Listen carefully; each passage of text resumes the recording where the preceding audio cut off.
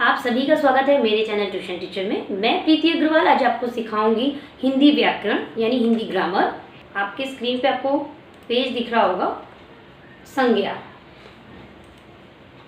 देखिए संज्ञा क्या है, ठीक है। व्यक्तियों के नाम, वस्तुओं के नाम, स्थानों के नाम, उन्हीं का उदाहरण है, एग्जाम्पल है महात्मा गांधी, छत्रपति शिवाजी महाराज, सुभाष चंद्र बोस। वस्तुओं के नाम में टेलीविजन, पंखा, किताब। स्थानों के नाम में विद्यालय, मकान, चिड़ियाघर। ये तो आपको बहुत सिंपल लग रहा होगा कि इसमें है क्या, ठीक है ना। लेकिन जब यही चीज़ें हैं ना एक वाक्य में बन के आती है, सेंटेंस में बन के आती है ना, तो कंफ्यूज हो जाते हैं कि ये व्यक्तियों के नाम है कि वस्तुओं के नाम है, ठीक है। तो इसी के बारे में हम थोड़ा डिटेल में पढ़ेंगे। बहुत सिंपल है, थोड़ा थोड़ा सा याद रखना है क्योंकि ज़्यादातर क्या है इंग्लिश मीडियम में है ना, तो हम कंफ्यूज हो जाते हैं कि किसमें किसको क्या बोलना है।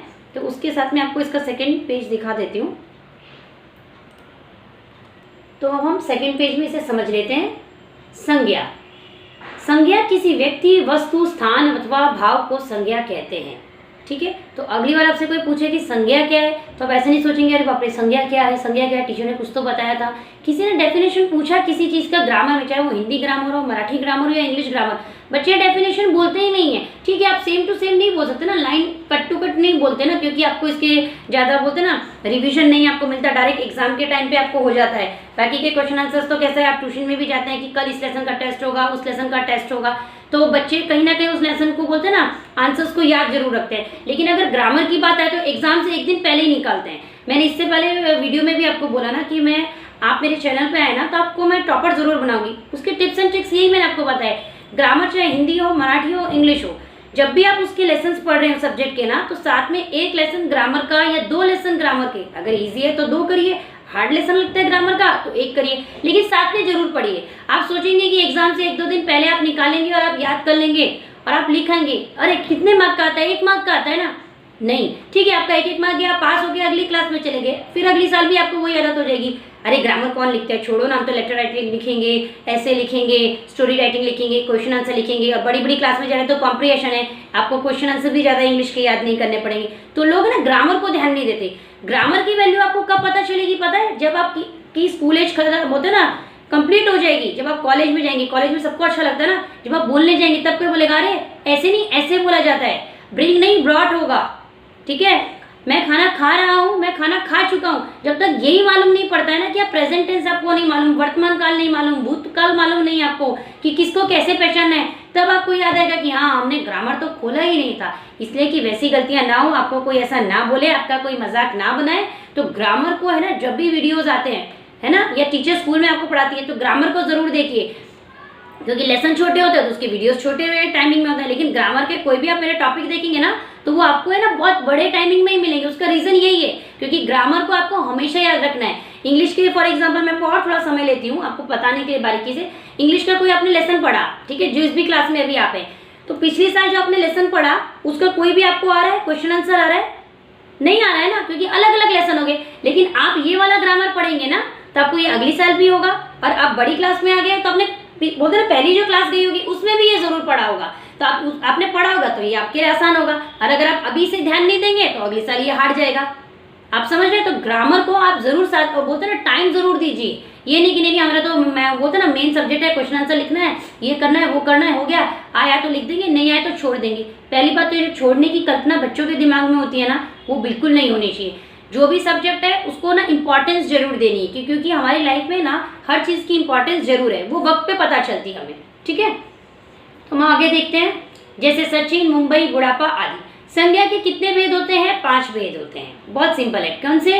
व्यक्तिवाचक संज्ञा, जातिवाचक संज्ञा, भाववाचक संज्ञा, समूहवाचक संज्ञा, द्रव्यवाचक संज्ञा। अब इसी को व्यक्तिवाचक मतलब प्रॉपर नाउन, कॉमन नाउन, जातिवाचक के लिए, भाववाचक के लिए एब्स्ट्रैक्ट नाउन, समूहवाचक के लिए कलेक्टिव नाउन, द्रव्यवाचक संज्ञा के लिए मटेरियल नाउन।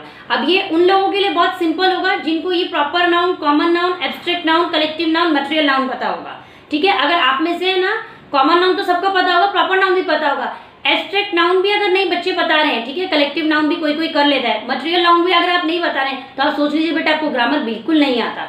तो अभी मैं इसको हिंदी में ही बता रही हूँ, तो इसी को याद रखो। द्रव्यवाचक, मटेरियल नाउन आप यहाँ भी सीख सकते हो, अगर आपको इंग्लिश का नहीं आता है तो भी आप यहाँ पे अच्छे से सीख सकते हो, उसको ध्यान जरूर दीजिए। व्यक्तिवाचक संज्ञा, जिन संज्ञा शब्दों से किसी विशेष व्यक्ति, प्राणी, वस्तु, स्थान आदि के नाम हो उन्हें व्यक्तिवाचक संज्ञा कहते हैं। व्यक्तिवाचक मतलब प्रॉपर नाउन, जैसे कि मोहन मुंबई आया, कौन आया? मोहन, ठीक है। तो मोहन, मोहन कौन हुआ? लड़का हुआ, आदमी हुआ, तो मालूम पड़ गया हमें उसके बारे में, कौन मुंबई आया? मोहन। कहाँ आया वो भी हमें पता चल गया। तो इसमें व्यक्तिवाचक संज्ञा अगर टीचर बोले कि आप बताओ, अंडरलाइन करो, तो आप क्या बताएंगे? व्यक्तिवाचक संज्ञा मोहन बताएंगे और मुंबई बताएंगे, ठीक है। गेटवे ऑफ इंडिया मुंबई में है, गेटवे ऑफ इंडिया, ठीक है, प्लेस हो गई, तो उसका नाम बताया हुआ है, पूरा स्थान का नाम बताया हुआ है, तो ये भी क्या हो गया? आपकी व्यक्तिवाचक संज्ञा। मुंबई भी आपकी क्या हो गई? व्यक्तिवाचक संज्ञा, ठीक है।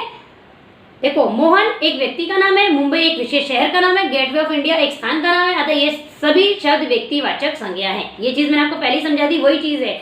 तो आप एक बार समझ जाओगे, हार्ड कुछ नहीं है। व्यक्तिवाचक संज्ञा, जातिवाचक संज्ञा, अरे अभी तो मुझे ये भी पढ़ना है, ये जो आप ऐसे बोलते हो ना, तो आप खुद तो डरते डरते और सामने आपके जो पेरेंट्स होते हैं ना, अरे टीचर उसको वो भी है, अरे वो भी क्या, वो आप चलते फिरते में भी अगर आप इसको बेटा रिवाइज करोगे ना तो भी याद हो जाएगा, ठीक है।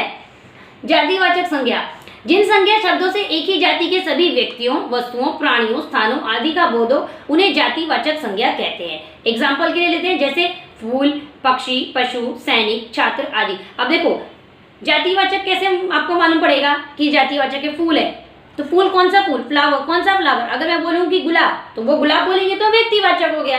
अब मैंने सिर्फ फूल बोला तो क्या हो जाएगा? जातिवाचक हो गया। जिस चीज का आपको आंसर परफेक्ट नहीं मालूम, ठीक है ना, आंसर परफेक्ट नहीं मालूम, तो उसको बोलेंगे क्या आप? जातिवाचक संज्ञा, कॉमन नाउन, ठीक है। जैसे मैंने बोला गर्ल, कौन सी, मैंने बोला जाओ उस गर्ल को बुलाओ, तो आप बोले कौन सी गर्ल को बुलाए टीचर? हाँ जाओ रिया को बुलाओ, तो रिया क्या हो गया? प्रॉपर नाउन हो गया, यानी व्यक्तिवाचक संज्ञा हो गया। और सिर्फ गर्ल, लड़की जो हो गया, वो जातिवाचक संज्ञा हो गया, ठीक है। तो ये याद रखो, व्यक्तिवाचक, जातिवाचक। जातिवाचक लिखने में इजी है, व्यक्तिवाचक ना गलत नहीं करना है, पूरा क नहीं बनाना है, ठीक है। आधा क है और त में जो छोटी की मात्रा है ना, वो क से पहले लिखी जाती है, ठीक है। नेक्स्ट देखते हैं, भाववाचक संज्ञा, जिन संज्ञा शब्दों से भाव, गुण, दशा आदि का बोध हो उन्हें भाववाचक संज्ञा कहते हैं।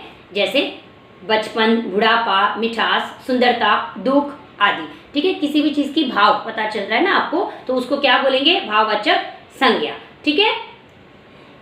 समूहवाचक संज्ञा क्या हुआ? जिन संज्ञा शब्दों से समुदाय, समूह या झुंड का बोध हो उन्हें समूहवाचक कहते हैं। जैसे कक्षा, सभा, भीड़, सेना, दल आदि। अब देखो, कक्षा का एक एग्जांपल आप ले लो। कक्षा मतलब क्या हुआ? बहुत सारे स्टूडेंट्स उसके अंदर होंगे, क्लास। कक्षा बोले तो क्लास, उसके अंदर कौन होंगे? छात्र होंगे ना, विद्यार्थी होंगे ना, तो उसको क्या बोलेंगे आप? समूहवाचक। तो इसमें समूहवाचक क्या होएगा? कक्षा। सभा में बहुत सारे लोग हैं, भीड़ में बहुत सारे लोग हैं, सेना में काम कर रहे हैं, दल, ठीक है। नेक्स्ट देखते हैं, द्रव्यवाचक संज्ञा, जिन संज्ञा शब्दों से किसी धातु, पदार्थ या द्रव्य का बोध हो उन्हें द्रव्यवाचक संज्ञा कहते हैं। यानी किसी भी चीजों का नाम आपको पता चल जाएगा तो उसे आप क्या बोलेंगे? द्रव्यवाचक संज्ञा, ठीक है। जैसे पानी, तो आप किसमें बोलेंगे? पानी, द्रव्यवाचक पानी, ठीक है। सोना, लोहा, ऊन आदि, ठीक है, ये सब किसमें आ जाएगा? आपका मटेरियल। मटेरियल्स हो गए ना, ये पानी, सोना, लोहा, ऊन आदि, तो ये क्या हो गया? मटेरियल नाउन, ठीक है। तो ये बहुत सिंपल है, याद रखना है। संज्ञा के कितने भेद होते हैं? 5। व्यक्तिवाचक संज्ञा, जातिवाचक संज्ञा, भाववाचक संज्ञा, समूहवाचक संज्ञा, द्रव्यवाचक संज्ञा, ठीक है। तो ये लेसन यही कंप्लीट होता है। तो नेक्स्ट टाइम अगर आपसे कोई पूछे